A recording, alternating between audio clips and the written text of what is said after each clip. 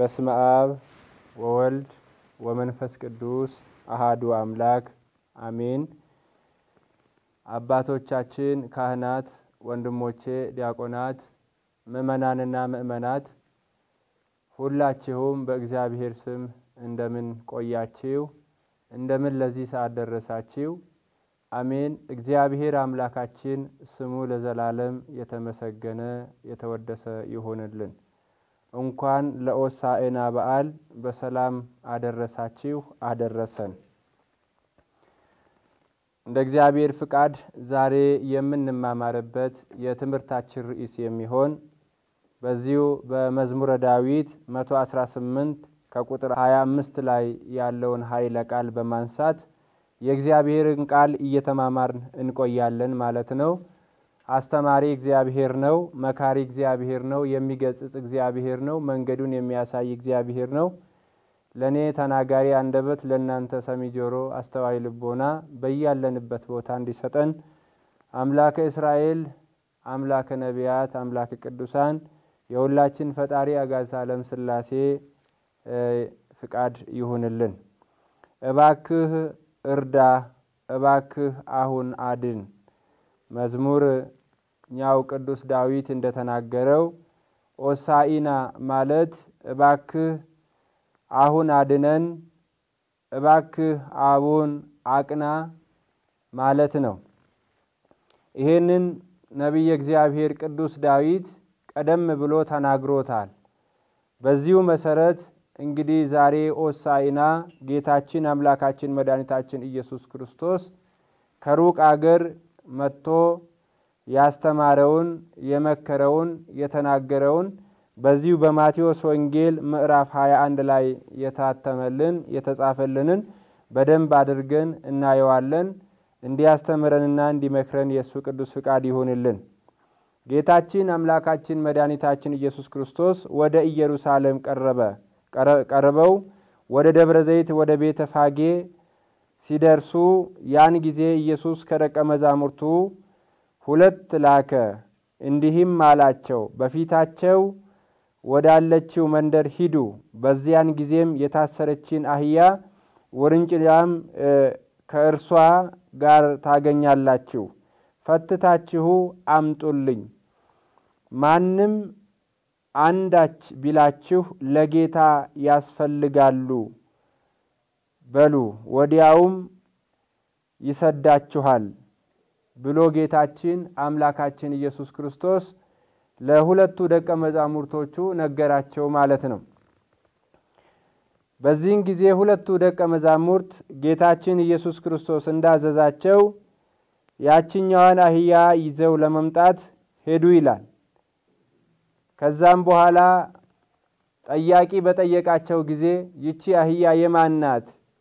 ለምን ትፈታላችሁ? ለምን ይዛችሁ ትሄዳላችሁ? ብሎ በጠየቃቸው ጊዜ ለጌታዋ ታስፈልጋለች፣ ጌታዋ ይፈልጓታል ብለው እነሱ ለሰውየው ተናገሩ።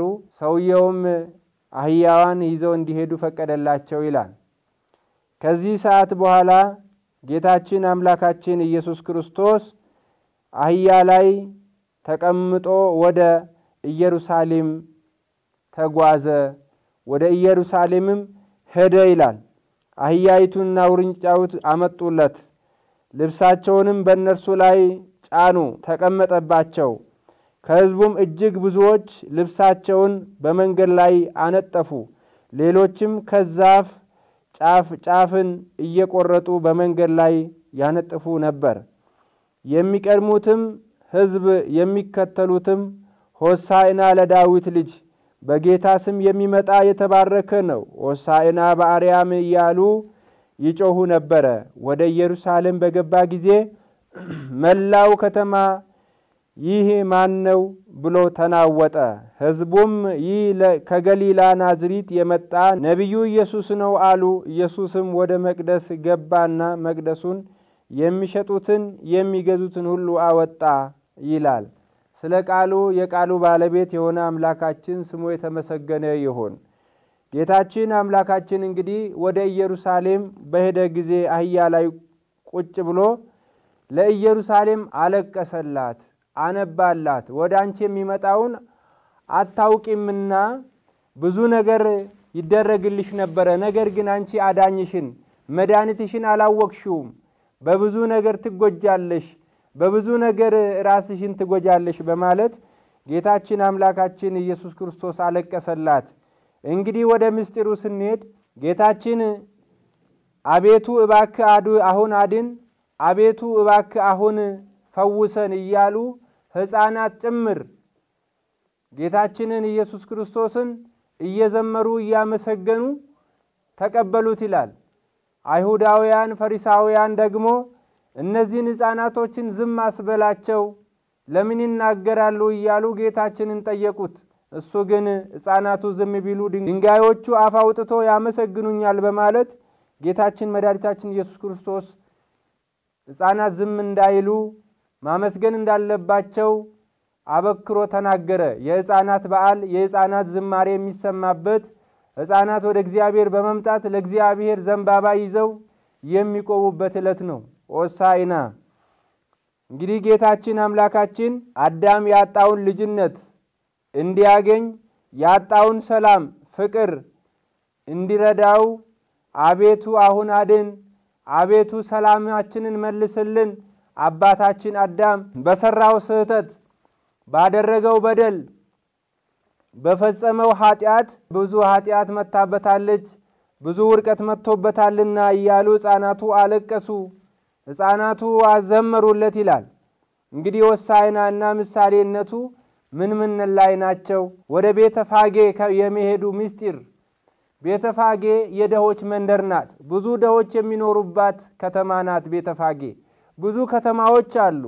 ነገር ግን ይቺን ከተማ የሄደበት ጌታችን አምላካችን ደሃ ስለሆኑ ምንም ስለሌላቸው ደሃዎችን እኔ ጎበኛለሁ፣ ጧሪ ቀባሪ የሌላቸውን የወደቁትን እኔ ጎበኛቸዋለሁ ሲል ጌታችን አምላካችን ወደ ቤተፋጌ ሄደ ይላል።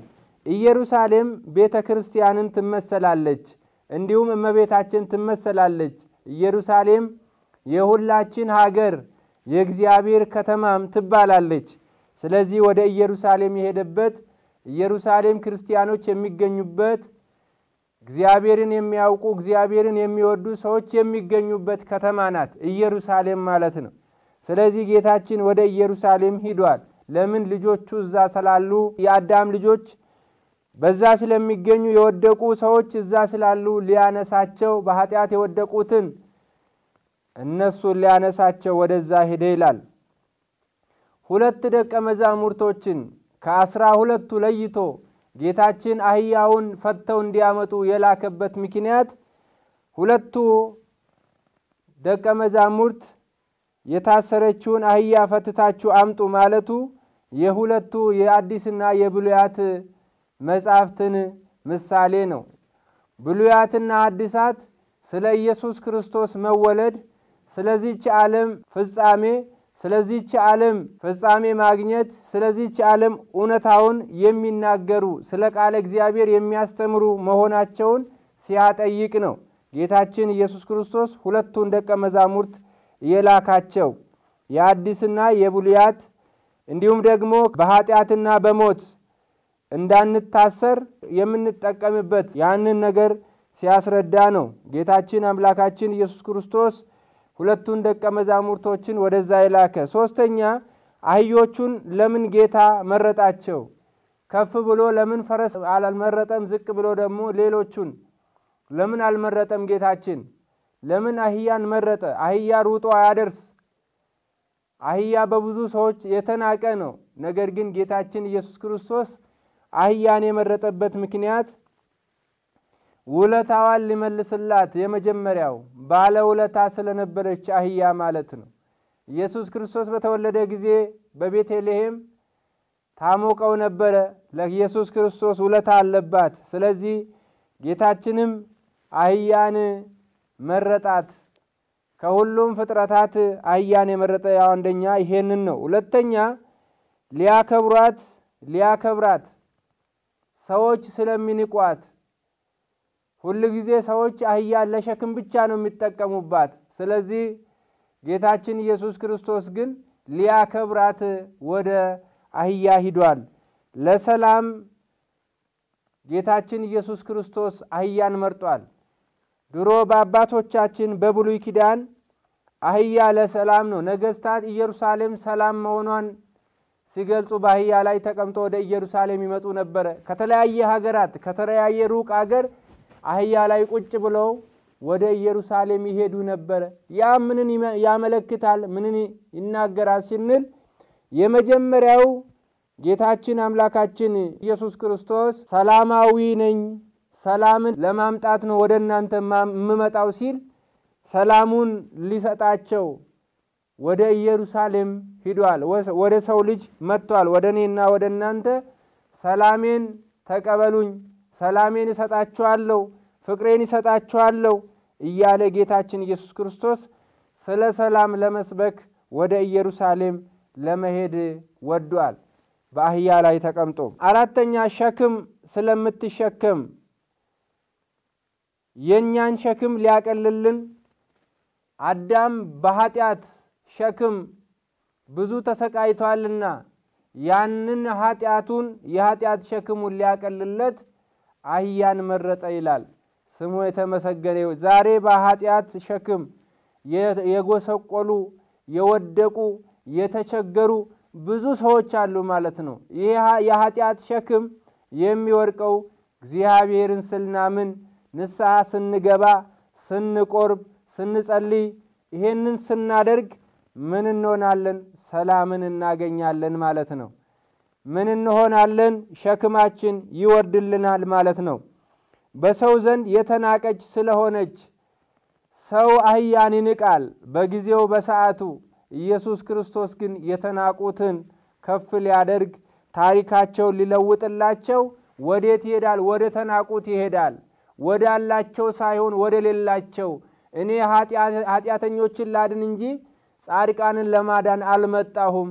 እኔ የመጣሁት ለኃጢአተኞች ነው፣ የተሰቀልኩት ለኃጢአተኞች ነው፣ ምንም ለሌላቸው ነው እኔ የመጣሁት ስል ነው አምላካችን አህያን የመረጠበት። ስለዚህ ዛሬም ወዳጅ የለንም፣ ሰው የለንም፣ አጋዥ የለንም የምንል ሰዎች ሁሉ ኢየሱስ ክርስቶስ የድንግል ማርያም ልጅ ሰው ሆኖ የተወለደ እኛ ሰው ባጣን ጊዜ ሰው ሆኖ ሊገኝልን፣ ወዳጅ ባጣን ጊዜ ወዳጅ ሆኖ ሊገኝልን፣ በተጣልን ጊዜ ከተጣልንበት ሊያነሳን ተወለደልን። በተጣልን ጊዜ ሰው ሆኖ እኛን ሊያድነን ጌታችን ወደኛ ቀረበ ይላል ትንቢተ ዘካርያስ ምዕራፍ 9 ከቁጥር 9 ላይ ስትናነብ እናገኛለን ማለት ነው። የታሰሩትን እንዲፈቱ የመረጠበት ምስጢር ጌታችን ኢየሱስ ክርስቶስ የታሰሩትን አህዮችን ያልታሰሩ አህዮች ነበሩ። ብዙ መስክ ላይ ይሄዱ የሚበሉ ብዙ አህዮች ነበሩ። ነገር ግን የታሰሩትን ሁለቱን አህዮች ኢየሱስ ክርስቶስ የመረጠበት ምክንያት አለው።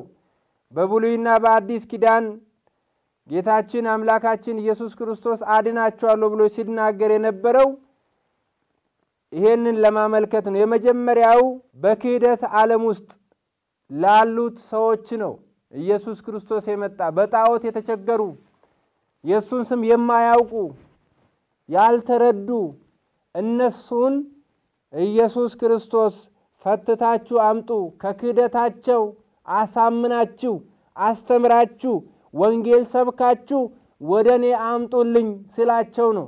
በብሉይና በአዲስ ኪዳን በመጽሐፍ ቅዱስ በአባቶቻችሁ ትምህርት በትንቢተ ኤርምያስ ላይ እንደተቀመጠልን የቀደሙ የአባቶቻችሁን ትምህርት እያስተማራችሁ የአባቶችን ፈለግ እየተከተላችሁ እነዛን የታሰሩትን በኃጢአት የወደቁትን በተለያየ ነገር የወደቁትን ባለማመን ውስጥ ያሉትን በመናፍቃን ትምህርት በመናፍቃን እርሾ የተያዙትን ሰዎች ወደኔ አምጡልኝ ሲል ኢየሱስ ክርስቶስ የታሰሩትን አምጡልኝ አለ። እነዛ በኃጢአት የታሰሩት እነዛ ባለማወቅ የታሰሩትን ፈቶ እንዲያመጡ ጌታችን አምላካችን ኢየሱስ ክርስቶስ ተናግሯል ማለት ነው። ለስጋዊ ሰው የእግዚአብሔር ነገር ሞኝነት ይመስለዋል ይላል፣ አይቀበለውም። አንደኛ ቆሮንቶስ ምዕራፍ 2 ከቁጥር 14 ላይ ለስጋዊ ሰው ስጋዊ ለሆነ ሰው የእግዚአብሔር ነገር እውነት የሆነ ነገር መልካም የሆነ ነገር አይታየውም፣ ለማየትም አይፈልግም። እውነት ለመናገር በእግዚአብሔር መንገድ ላይ ለመሄድ አይፈልግምና እንዲፈልግ አድርጋችሁ ይህ የሰይጣን እስር ስለሆነ ከዛ ፈትታችሁ አምጡልኝ ሲል ጌታችን አምላካችን የታሰሩትን ፈትታችሁ አምጡልኝ እነዛን አህዮች አለ። የኃጢአት እስረኞች በኃጢአት የታሰሩትን የኃጢአት እስረኞችን ፈታችሁ አምጡልኝ አለ። እነዚህን ደግሞ ጌታችን ለካህናት ራሳችሁን አሳዩ ኃጢአታችሁ እንዲደበሰስላችሁ በማለት ማቴዎስ ወንጌል ምዕራፍ 8 ላይ አስቀምጦ እናገኛለን። ኢየሱስ ክርስቶስ ሲያስተምር እናገኛለን። አንድ ለምጻም ሰው ወደ ጌታችን ወደ መድኃኒታችን ኢየሱስ ክርስቶስ ቀረበ። ጌታ ሆይ እኔ ለምጻም ነኝ፣ ብትችልስ ብትፈቅድስ ብትወድስ ከለምጼ ልታድነኝ ትችላለህ፣ ልታነጻኝ ትችላለህ ብሎ ለመነው ይላል። እኔ ፈቅጃለሁ ንጻ አለው ይላል። ያ ሰውዬም ከለምጹ ነጻ፣ ከበሽታው ተፈወሰ፣ ዳነ፣ ወደ እግዚአብሔር ቀረበ ነው የሚለው። ዳነ፣ ተፈወሰ፣ ወደ እግዚአብሔር ቀረበ። ያኔ ኢየሱስ ክርስቶስ ምን አለው? ፈቅጃለሁ፣ ወድጃለሁ፣ ዳነ አለው ይላል። ዛሬም እግዚአብሔር ስርየት ለሚፈልጉት ሸክም እንዲቀልላቸው ለሚፈልጉ ከኃጢአት እስራት መውጣት ለሚፈልጉ ካህናቶችን አዘጋጅተዋል ማለት ነው። የማቴዎስ ወንጌል ምዕራፍ 8 ከቁጥር 4 ላይ ስናነብ እናገኛለን ማለት ነው። በአህያ ላይ ልብስ ያነጠፉት ሐዋርያት ለጌታችን ለመድኃኒታችን ለኢየሱስ ክርስቶስ በአህያ ላይ ልብስ አነጠፉለት ነው የሚላል። ይሄንን ነገር ጌታችን በመጀመሪያ ላይ ምን አላቸው? ፈትታችሁ አምጡልኝ ካለ በኋላ ሁለት ነገሮች ናቸው። የመጀመሪያ ያላመኑትን አሳምናችሁ አለ። ሁለተኛ ደግሞ በኃጢአት የወደቁትን ከኃጢአት እስራት ፈታችሁ አምጡልኝ አለ። ያ በኃጢአት የታሰረው አዳም ነው። ያ በኃጢአት የወደቀው የሰው ልጅ ነው። ያ ሳያምን በተለያየ ነገር የወደቀው የሰው ልጅ ነው። ያንን የታሰረውን የሰው ልጅ ወደኔ አምጡት፣ በወንጌል እያስተማራችሁ እየመከራችሁ አይኑን እያበራላችሁለት ወደኔ አምጡ፣ በቀራንዮ ላይ የከፈልኩትን ዋጋ ሁሉ እያስተማራችሁ አለ ኢየሱስ ክርስቶስ። ይሄንን ነው ዛሬ መምህራን የተባሉት፣ ሰባኪያን የተባሉት፣ ካህናት የተባሉት ሁሉም የሚያስተምሩት የጌታችን የመድኃኒታችን የኢየሱስ ክርስቶስን ለሰው ልጅ የዋለውን ውለታ በማስተማር ወደ ንስሐ ሰው ልጅ እንዲመለስ ያደርጋሉ ማለት ነው። በአህያ ላይ ልብስ ያነጠፉለት ለ30 የማያስደክም ነውራችንን የምትሸፍን አምላካችን ስለሆንክ የምትራራልን አምላክ ስለሆንክ ኃጢአታችን የምትሸፍንና ነህ ስሉት ጌታችንን አምላካችንን መረጡት ይላል። ኃጢአታችን ትሸፍንልናለ፣ ትራራርልናለ፣ ለኛ ትቆምልናለ ሲሉት ጌታችንን አምላካችንን መረጡት። ስለዚህ ዛሬ ለኔና ለናንተ የሚራራልን ሕጉን የሚያለሰልስልን ሁሉንም ነገር የሚያደርግልን አምላካችን ነው። ዘፍጥረት ምዕራፍ 3 ከቁጥር 21 ላይ ስናነብ እናገኛለን። ነውራችንን የምትሸፍን አምላክ ስለሆንክ የምትራራልን አምላክ ስለሆንክ ስሉ ነው ይሄንን ያደረጉለት። ጌታችን በጥበብ ሁለቱ አህያ ላይ ተቀምጦ ወደ ኢየሩሳሌም ሄደ። ይህ ደግሞ በብሉይና በአዲስ ኪዳን ላይ ያለ እናት በብሉይ ኪዳን ከአብ መወለዱን ያለ አባት ከእናት ደግሞ በአዲስ ኪዳን ላይ ኢየሱስ ክርስቶስ ከድንግል ማርያም ከስጋዋ ስጋ ነስቶ መወለዱን የሚያመለክት ነው። ይሄንን ሲያመለክት ነው ጌታችን በዘንባባ ይዘው ሰዎቹ ሲያመሰግኑት ዘንባባ ይዘው ጌታችን ኢየሱስ ክርስቶስ ሲመጣ ሕፃናቱ፣ አዋቂው፣ አዛውንቱ ለጌታችን የዳዊት ልጅ እንኳን መጣህልኝ አዳኛችን ብለው መዘመራቸው ማመስገናቸው ምንን ያመለክታል? ዘንባባ የምንድነው ስንል ዘንባባ የድል ምልክት ነው። ሰይጣንን ድል አድርገናል። ከዚህ በኋላ አንተ አምላካችን ነህ፣ ከዚህ በኋላ አንተ ተስፋችን ነህ፣ መሲሐችን ነህ፣ ከወደቅንበት የምታነሳን ቸር አምላካችን ቸር ጠባቂያችን ነህ ሲሉ ዘመሩለት ይላል በዚሁ ራዕይ ዮሐንስ ምዕራፍ 7 ቁጥር 9 ላይ። ስለዚህ ዛሬም ቢሆን የጌታችን የመድኃኒታችን የኢየሱስ ክርስቶስን ሰላሙን ፍቅሩን የምናይበት ይሄንን ነው ማለት ነው። ዘንባባ የውበት ምልክት ነው። አንደኛ ነገሥት ምዕራፍ 6 ከቁጥር 26 ላይ ዘንባባ የውበት ምልክት ነው። ውበታችን ሲሉት ኢየሱስ ክርስቶስን ዘንባባ ይዘው ቀረቡ። ዘንባባ የጽናት ምልክት ነው። የጽናት ምልክት ጻድቅሰ ከመበቀል ትፈሪ ወይ በዚህ ከመዘግባ ዘሊባኖስ ትኩላን እምንቱ ውስተ ቤተ እግዚአብሔር። ጻድቅ እንደ ዘንባባ ያፈራል እንደ ሊባኖስ ዝግባም ያድጋል ይላል። ጻድቃን እንዲህ ናቸው። ስለዚህ ጽናት እድገትን ያመለክታል። የጸኑ አባቶቻችን ይሄንን አግኝቷል። ስለዚህ እንግዲህ ክርስቲያኖች እኛ ዘንባባ ይዘን በሰርግ ጊዜ በተለያየ ጊዜ የምናደርገው ከእስራኤላውያን ባህል የወሰርን ነው። ከኢየሩሳሌም ባህል የወሰርን ነው። ከመጽሐፍ ቅዱስ ባህል የወሰርን ነው። ስለዚህ ዛሬ ዘንባባ ይዘን እኛ የምንቆመው ዕለተ እሁድ በሆሳዕና ዕለት ዘንባባ በአናታችን ላይ የምናደርገው የድል ምልክት መሆኑን ስናመለክተው ነው። የሰላም ምልክት መሆኑን ስናበስር ነው። ጽናታችን ስናበስር ነው። ከኃጢአት ስሬት መፈታታችንን የኛ አምላክ የኛ ጌታ ወደኛ መምጣቱን ለሰዎች ስንናገር ነውና ሁሉ ጊዜ በሆሳዕና ዕለት ዘንባባ በቤተ ክርስቲያን ሕፃናቱ ይዘው አዋቂዎች ይዘው አባቶች ባርከው ቀድሶ ይሰጡናል። እኛ በአናታችን በሰውነታችን በእጃችን ላይ አድርገን ደስታችንን እንገልጻለን። ይህም በመጽሐፍ ቅዱስ የተቀመጠ ነው። ለዛ ነው እንግዲህ በሆሳዕና ዕለት ብዙ ሥርዓቶች ይኖራሉ። በሆሳዕና ዕለት ከዘወትር የተለየ ዜማ ይዜማል። በቅዳሴ ሰዓት ባልተለመደው ካህናቶች እንዲሁም ደግሞ ዲያቆናት ወደ ቤተ መቅደስ ይገባሉ። ሥርዓተ ፍታት ይሰራል። ለምን? ሰሞነ ሕማማት ስለሚገባ። በሕማማት ወቅት ምንም አይነት እግዚአብሔር ይፍታ ማለት ስለሌለ ለምን?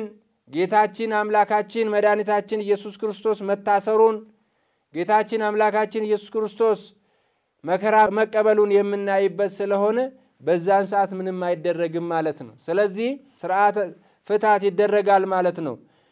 ከዜማዎች እንዲሁም ደግሞ ከተለያዩት ነገሮች ይሆናሉ። መኳንንት ደጆችን ክፈቱ እያሉ በፊት ለፊት ይገባሉ።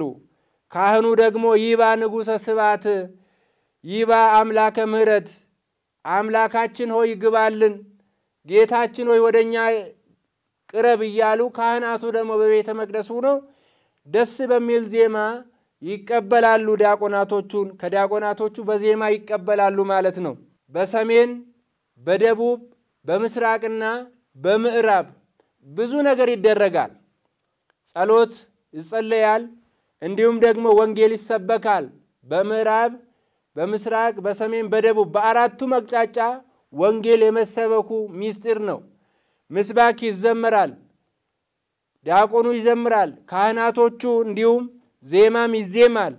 የእግዚአብሔር ምሕረቱ በአራቱም አቅጣጫ ይኖራል ሲሉ እግዚአብሔር በአራቱም አቅጣጫ አለ ሲሉ በሰማይም በምድርም አለ ሲሉ አባቶቻችን በዕለተ ሆሳዕና በአራቱም በሮች ላይ ዜማም ዝማሬንም ስብከትም ይሰብካሉ ማለት ነው። የሆሳዕና ምሽት ሆሳዕና ከቅዳሜ ተጀምሮ እስከ ቅዳሴ አርንኑ ተብሎ ሰዎች እስኪገቡ ድረስ በዝማሬ በደስታ በእልልታ ይከበራል ማለት ነው። በከበሮ በሽብሻቦ ይከበራል ሆሳዕና። ከዛ በኋላ ደግሞ ይህም ደግሞ 7 ዓመት አባታችን አዳም በደስታ በፍቅር በዝማሬ በገነት የመቆየቱን ምልክትን ያመለክታል። ስለዚህ በደስታ በዝማሬ በእልልታ በሽብሻቦ እኛም ሆሳዕና ብለን እናከብራለን። አርንኑ ከተባለ በኋላ ደግሞ በሐዘን ኢየሱስ ክርስቶስ ለእኛ ብሎ መሰቀሉን እያሰብን አዳም ከገነት መባረሩን በስቃይ መኖሩን በለቅሶ መኖሩን እያሰብን ደግሞ ምን እንላለን? በለቅሶ በሐዘን ደግሞ እናከብራለን። እስከ ዕለተ ቅዳሜ እስከ ትንሣኤ ድረስ በዚሁ እናከብራለን ማለት ነው። እንግዲህ ከ10 ሰዓት ጀምሮ ግብረ ሕማማት ወይም ደግሞ የጌታችን የመድኃኒታችን የኢየሱስ ክርስቶስ ሕማሙን፣ ችግሩን፣ ስቃዩን ሁሉ ነገር እያሰብን ካህናት አባቶች ወደ ምስራቅ ዙሮ ያነቡታል። ምእመናንም ከነሱ ጋር ሆኖ ጠዋት ቀን ማታ ከነሱ ጋር ሆኖ የሕማማቱን በዓል አብረን እናከብራለን ማለት ነው። እንግዲህ በዚህ በሆሳዕና ዕለት የምናገኘው ጌታችን አምላካችን ወደኛ እያንዳንዳችን ሊያድነን ወደኛ ይመጣል። ሸክማችን ሊያራግፍልን፣ የኃጢአት ሸክማችን ሊያራግፍልን ይፈልገናል ማለት ነው። ወደኛ ይመጣል። ኢየሩሳሌም የተባለ ቤተ መቅደስ ነው። ቤተ መቅደስ ስንል ደግሞ ወደኛ ይመጣል። ቤተ መቅደስ በሶስት እናየዋለን። የመጀመሪያ ቤተ መቅደስ የሰው ልብ ነው። የሰው ልብ ሲረክስ ኢየሱስ ክርስቶስ ሊቀድስ ወደኛ ይመጣል። የኛ ልብ ሲረክስ ኢየሱስ ክርስቶስ ሊቀድሰን ወደኛ ይመጣል። አንደበታችን ክፉ ሲናገር፣ ዓይናችን ክፉ ሲያይ፣ እጃችን ክፉ ነገር ሲሰራ፣ እግራችን ወደ ክፉ ነገር ሲሄድ ከክፉ ነገር ሊመልሰን ሸክም እንዳይሆንብን ከሱ እንዳይርቀን ከሥላሴ ልጅነት እንዳያወጣን ኢየሱስ ክርስቶስ ወደኛ ይመጣል ማለት ነው። መጀመሪያ ቤተ መቅደስ ኢየሩሳሌም የተባለ የኛ ልብ ነው። ከዛ በኋላ ደግሞ ሁለተኛ ቤተ መቅደስ የምንል ደግሞ ምእመናን በህብረት አንድ ላይ ሆነን ስንቆይ፣ ስናመሰግን፣ ስንዘምር፣ ስንጾም፣ ስናስቀድስ ቤተ ክርስቲያን እንላለን። በመካከላችን መለያየት፣ በዘረኝነት፣ በመልክ፣ በሀብት፣ በቋንቋ፣ በተለያየ ነገር የመለያየት ነገር ሲኖር ያንን ነገር አንድ ሊያደርግ ኢየሱስ ክርስቶስ ወደኛ ይመጣል ማለት ነው። ሰላሙን ይዞ፣ ቸርነቱን ይዞ፣ ፍቅሩን ይዞ ወደኛ ይመጣል። ያኔ ግባልን፣ ያኔ ወደኛ ናልን ብለን ልንቀበለው ያስፈልጋል። አሜን ብለን ልንቀበለው ያስፈልጋል ማለት ነው። ካልተቀበልነው ግን ምን ያገኘናል? ሞት ያገኘናል። ስለዚህ ኢየሱስ ክርስቶስ ወደኛ ይመጣል። ሶስተኛ ቤተ መቅደስ ነው። ቤተ መቅደስ ታቦቱ የሚገኝበት፣ ቅዱሳን የሚገኙበት፣ ነቢያት የሚገኙበት፣ እመቤታችን ድንግል ማርያም የምትገኝበት ቤተ መቅደስ ነው።